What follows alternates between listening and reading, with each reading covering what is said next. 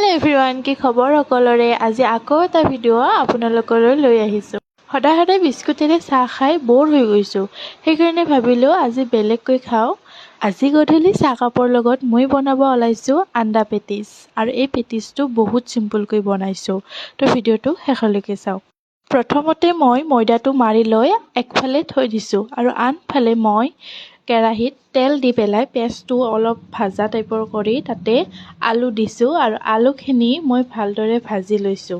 আলুখিনি ভজা হোৱাৰ পিছত মই ঠাণ্ডা হ'বলৈ থৈ দিছোঁ আৰু মই ময়দাটো মাৰি যে থৈ দিছিলোঁ সেইটো ভালদৰে বেলি ল'লোঁ আৰু বেলি লৈ তাত ৰিফাইন দি পেলাই ওপৰেদি আৰু ময়দা দি এখন আৰু মই বেলি লোৱা আন এখন ৰুটি ওপৰেৰে দি ভালদৰে ভাজ কৰি কাটি লৈছোঁ।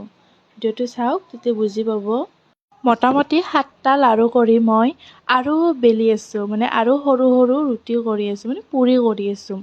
তো তাত পুৰি কৰি তাত ফিলিংছবিলাক ভৰাই আছোঁ, যিবিলাক মই ঠাণ্ডা হ'বলৈ দিছোঁ। আনফালে মই অলৰেডি আন্দা বইল কৰি থৈ দিছিলোঁ। চ' আন্দাটো মই মাজেদি ফালি দিছোঁ।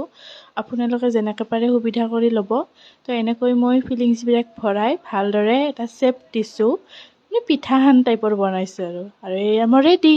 এতিয়া খাৱাৰে কথা, হয়নে নহয়? আপোনালোকে বনাওক আৰু এতিয়া আপোনালোকেও ট্ৰাই কৰক আৰু মোক কমেণ্ট বক্সত জনাওক। খাবলৈ কিন্তু টেষ্টি হৈছিল।